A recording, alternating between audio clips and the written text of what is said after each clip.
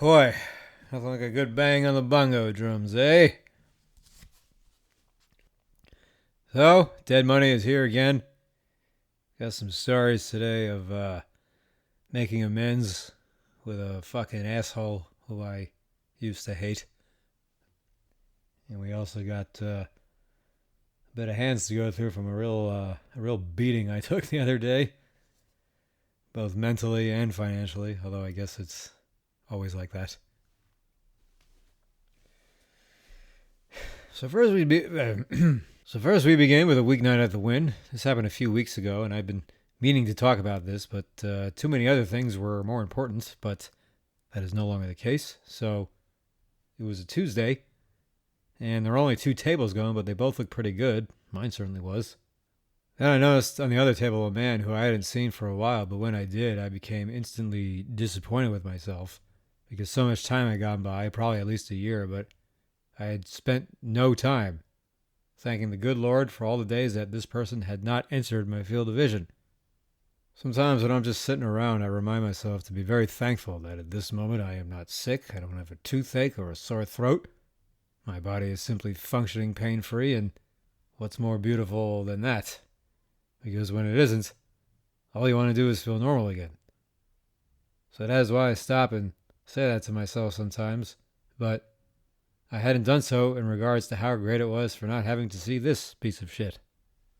So who is he? Well, he's Australian. I'd say he looks in his late 40s or early 50s. Very first time I met him, he was sitting next to me, and we were actually somewhat friendly. We didn't introduce ourselves by name, but after one encounter, he seemed okay. But like my mother always says, the first impression is the worst impression. I don't remember how much time had passed before I realized what kind of person this so-called person was. All I knew is he's trying very hard to win, and that he's not overwhelming anyone with action. But that, of course, is a particularly vague description, seeing as those 2 things certainly fit the mold of tons of people who play 2-5 no limit in Las Vegas. So one day we're playing again, and the game is slow-moving, but then he starts making these really detailed comments about how boring the game was and also how antisocial everybody was. And he was laying it on thick. I don't think anyone paid him much mind, because that's kind of the only thing he said. He wasn't particularly social himself, but either way, not so long after this, he racks up and goes to another table. But this would only be the first time I heard him say these kinds of things, because he did at least 2, maybe even 3 more times. And isn't it interesting how the people who are always the most critical of the game's slowness are always giving the least action by far? Sorry, that's the ice falling down the bong. That of everyone at the... What? What? Oh, yeah. Yeah. The guys who talk the most shit about how bad the game is are always giving the least action, by far. But, as I've said before, sometimes, I do just ignore these things because I don't feel like getting into an argument every fucking day I play. But finally, there comes a time on a Saturday, it was either late morning or early afternoon, and within 10 or 15 minutes, he's starting again. Just saying these really awful things to the table. Totally unprovoked, of course. He sounded like a 5th grade 90s teacher reprimanding the entire class, and god damn it, I wish I could remember the whole thing, but you can probably fill in the blanks.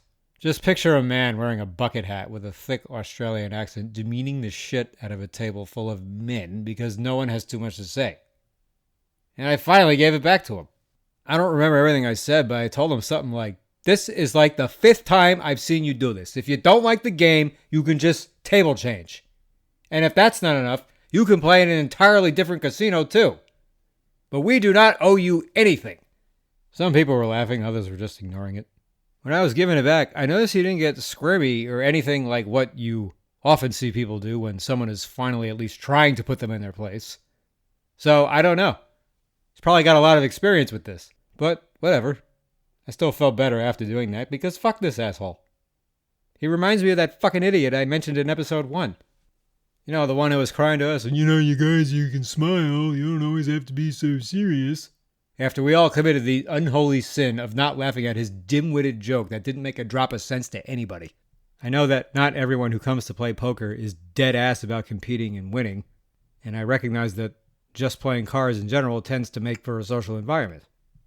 But there's a difference between going to a home game that you were invited to where it's expected that you be social, or playing in the basement with your 4 closest friends where you've all known each other since before you had hair on your balls, and going out to a public casino that anyone is welcome in.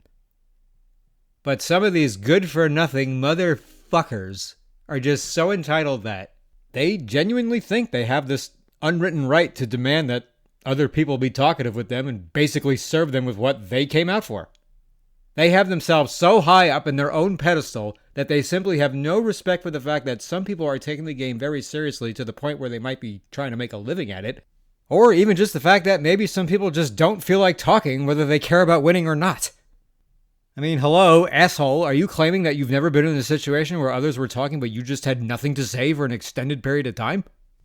Now, a lot of poker players, particularly internet players, are notoriously quiet and inept at being social, and it can cost you money because it's going to make some people not enjoy playing with you if you're just like perpetually inward and awkward. So the social dynamics of poker are its own separate skill. You know, where you can totally be hardcore about playing but still manage to be something of a salesman that keeps people wanting to give you action. I personally find it exhausting to try and maintain some sort of persona all day long. I definitely think that can affect your play.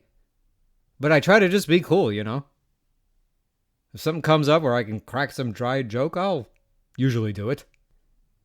But as I said, there's plenty of people who don't like playing with me for a multitude of reasons, and probably none bigger than the fact that I can't stand playing with almost all of them. Which leaves me with not only having nothing to say to anybody, it also leaves me not knowing what to say, even if I did want to talk, because almost everything that comes out of these people's mouths leaves me so dumbfounded that I'm speechless anyway. But all that said, when someone does engage me directly as opposed to addressing the table, I engage back. And when I'm losing, I don't get extra pissy when someone talks to me like many others do. As a matter of fact, I actually like it when someone talks to me, because then, for at least a moment, I can forget about how tilted and miserable I am. So anyway, I saw the Australian guy was back, and I know he saw me. And I know he remembers what happened that day. He has to. But then at some point, I went over to the table and to talk to someone. As I was getting to the table, he was coming the other way, and he says, "What's up, mate?" And I said, "Hi." And not disgruntled about it. Then he says to me, "You don't look well. You look like you're ill." I said, "I look like I'm ill?" He says, "Yeah." I said, "Oh, well, what's missing?" He said, "What?" And when he said what, then I thought, maybe I misheard what he first said because of his accent. So I said, "What did you just say?" I said, "Did you just say I don't look well?" He said, "Yeah." I asked him again, "What's missing?" Then he laughs a little and he says, "I don't know what you mean." I said, "You said I look like I'm ill, so I'm just asking how. How do I look ill?" Then he says, "Oh, it's your skin color. You're very white." And he's right, I am very white. I have to be careful around the sun because I burn like a fucking candle. But once I finally understood him, then I said, "Oh, well, I guess I can go to my car and redo my makeup." And then he just laughed, and then we both lived happily ever after. I'm sorry if you didn't like my Australian accent, but what do you want me to tell you? I'm nothing but pure Jewish-American New York white bread.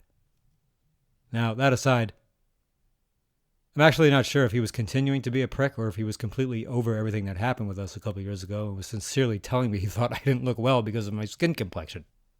I can see that being the case because maybe culturally Australians are different that way and they don't feel like they're insulting you by telling you that, which is definitely how you're going to feel in America because everybody would take a comment like that to heart.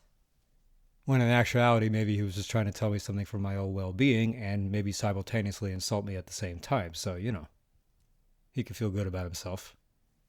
So yeah, I guess as I'm saying it out loud, he probably was just being an asshole again because that's the only thing he knows how to do in the poker room. But just the other day, I was playing really late and he was there. And the conversation at the table between the players and the dealer led to me announcing to the table that I have this podcast and what it's about. in Australia, who was in seat 1, then started talking to me across the table since I was in seat 5 or 6 about another poker podcast, and he had quite a bit to say. And I was just listening and letting him go, wasn't being rude at all, wasn't saying much back. And when he was done, he told me he would definitely check out my show. And then a day or two later, I was walking into the room for another day in paradise, and he saw me and he started telling me that he had listened to it, or listened to something. I couldn't even tell which episode he listened to or how much of it he heard, but he said he really liked it and was laughing, even though it's probably not a podcast he's going to listen to all the time. So, all right. Then I asked for his name. We shook hands, and later that day, we ended up next to each other in a game, and he was telling me about some of the unethical things he'd complained to the floor staff about regarding some people who are always playing together, are seated next to each other, always taking breaks together, and are constantly talking to each other in a foreign language about other players. Now, he doesn't speak that foreign language, he's just surmising that, but I think he's right. But the point of all this is we are now acquainted. I wouldn't say he's my friend, we're not about to go on sabbatical together, but as I said in episode 1, even though there's so many fucking players who I just want to ram a spear down their throat, they all have a chance to grow on me. And this guy is just the most recent man to do so.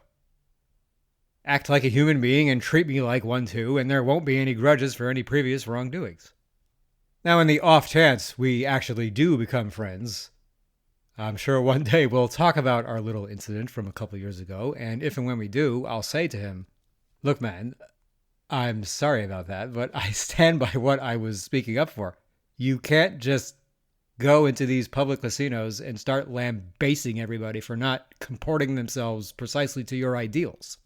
It's a free country, sort of, and if people just want to keep totally quiet while they play cards, they are entitled to face no harassment for doing so. End of story. Oh.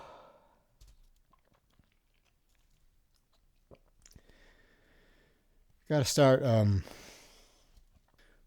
getting organized better, because I don't feel like doing the hand histories again, so I'll do them in the next episode. But they should both be out by now, because I think I'll just release them together. Not that this even fucking matters. All right, bye guys.